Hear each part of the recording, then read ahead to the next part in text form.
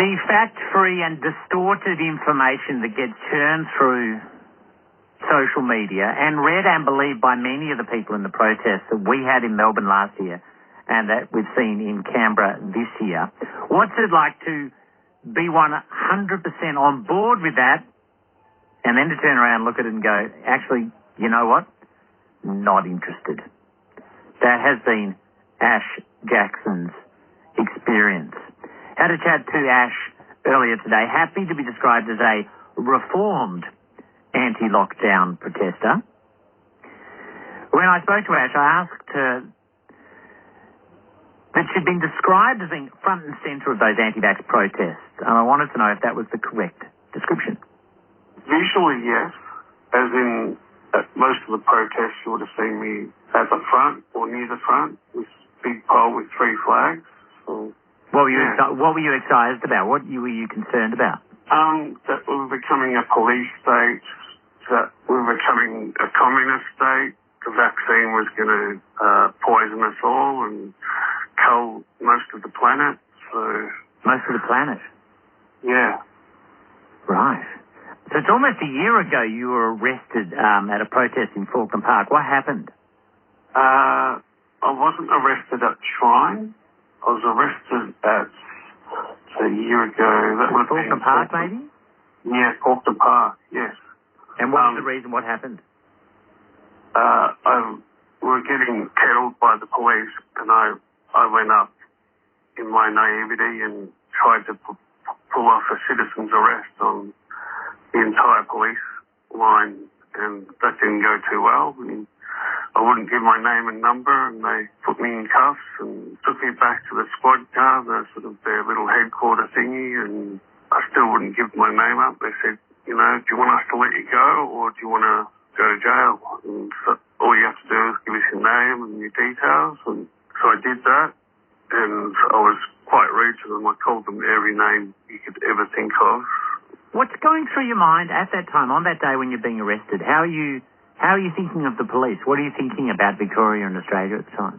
The police, absolute hatred, just because of all the stuff I'd seen online and seen my friends at the time go through, as in the police were quite heavy-handed, and kind of looking back, I think rightfully so, there needed to be a deterrent from protesting, because that just could have spread the coronavirus even more. So, how did you get so deep in that rabbit hole, Ash?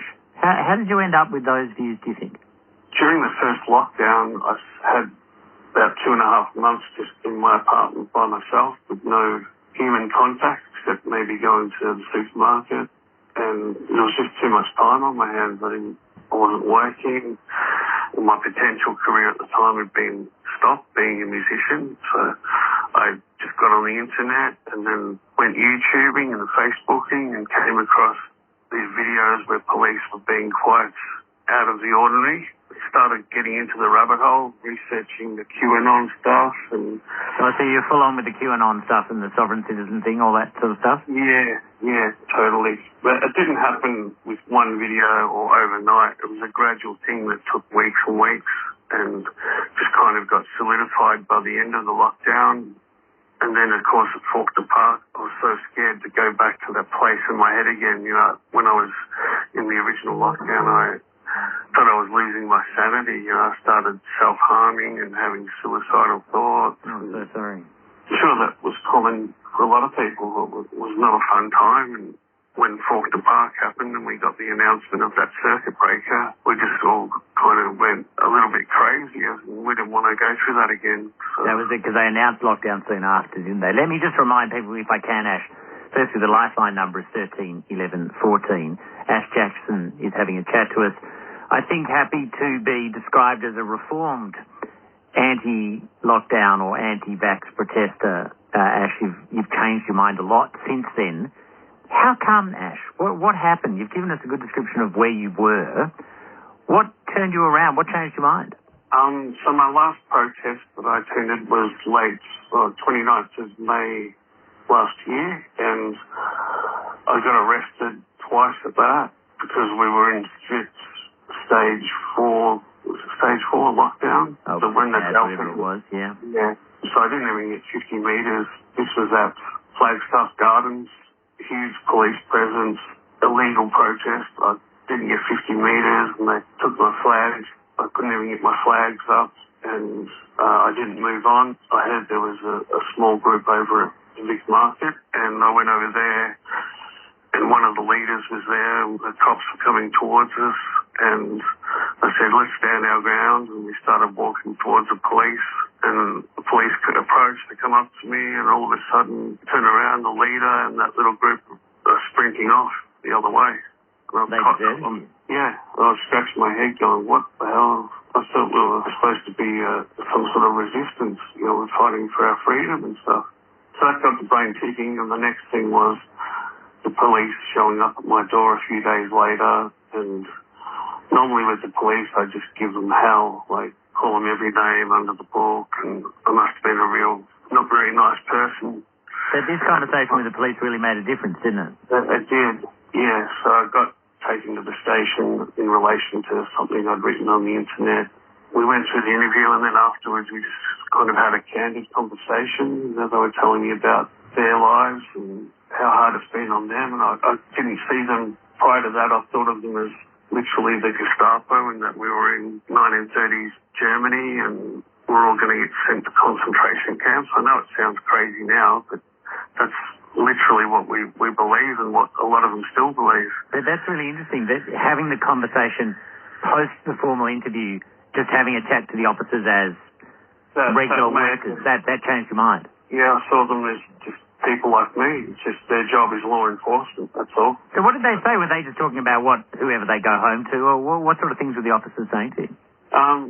Yeah, they were just saying, we've got kids, and do you think we like wearing the masks? We hate it as well. We're not in agreement with all the laws, but we don't make them. We just enforce them. That's our job. And then they, I kind of had a few tears, and because I'd given up by then pretty much. I knew my protesting days were done, and they said, it's not too late to change.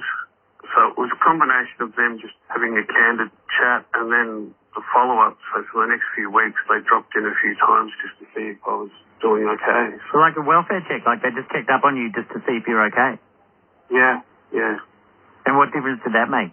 A huge difference. Because I always thought the police, they said, if you're ever struggling, just come into the station and ask if you can have a chat. And I thought, what? You can do that? I thought you just went to the police station to file a complaint or get arrested or whatever. And that kind of blew me away that they're actually here to help us. I know that sounds logical. Sometimes helping might mean arresting, and ultimately they want us to do well. You're listening here to Ash Jackson, who is happy to describe herself as a reformed anti-lockdown, anti-vax protester. Her mind has certainly changed since she was at protest. Ash, how are you going now? Like, how's everything going now? What's your view of the world now?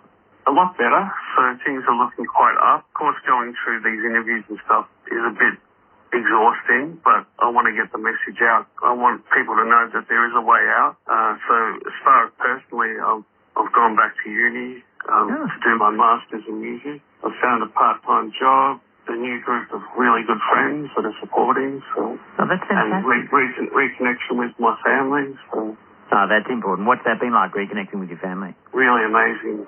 So I kind of got estranged from my brother and my nieces, my sister-in-law for probably 8 months or so, and that was my fault. I had arguments and I tried to preach to them, and then I kind of just sent a pretty nasty email to my brother, and then Christmas Eve last year he just rang me up and said, do you want to come to Christmas? I was expecting just to be sitting in my apartment alone, and I was really happy. You've been doing a few media interviews about this. When you describe the things you were thinking in the protest you went to, how do you look at that person, that version of Ash? What do you see? I truly think I was brainwashed, but in saying that, it was almost self-inflicted. I went deliberately in the rabbit hole, and then that person I can't recognise. There's still a lot of shame involved, and I'm slowly letting go of that. I think there needs to be differentiation as well between the leaders and the followers. So I was a follower, but I knew a lot of the leaders. The followers are the innocent ones here, and the leaders are perhaps taking advantage of a group of vulnerable people. So the final thing I'd like to ask you, Ash, what's the effective thing to say to someone if they're stridently anti-vax, anti-mandate, anti-mask, don't accept the science? What's the right thing to say to someone like that that'll actually break through that wall? Just listen to what they have to say. Probably the worst thing you can do is just argue back and forth, because it's like two different religions that are strongly opposed to each other. They just have blinders on. So just listen, and they have to unfortunately hit their own rock bottom. There's not really anything you can say. You can suggest things, and if you see them in a vulnerable state, the thing that really turned me around was, just talking with police candidly and realising that they're not Gestapo. They're there to help us. Well, thanks for helping us today, Ash. I really appreciate you giving us some of your time, and I hope things just get better and better. Thank you for the opportunity. Ash Jackson there. Just that lifeline number again. It's 13 11 14. Mandy texting from Q. All power to you. Jan saying, I've not been to any vax mandate protests, but I am angry. I don't trust our police who are almost paramilitary. So that debate's not going to go away. It's interesting to hear a voice like Ash's.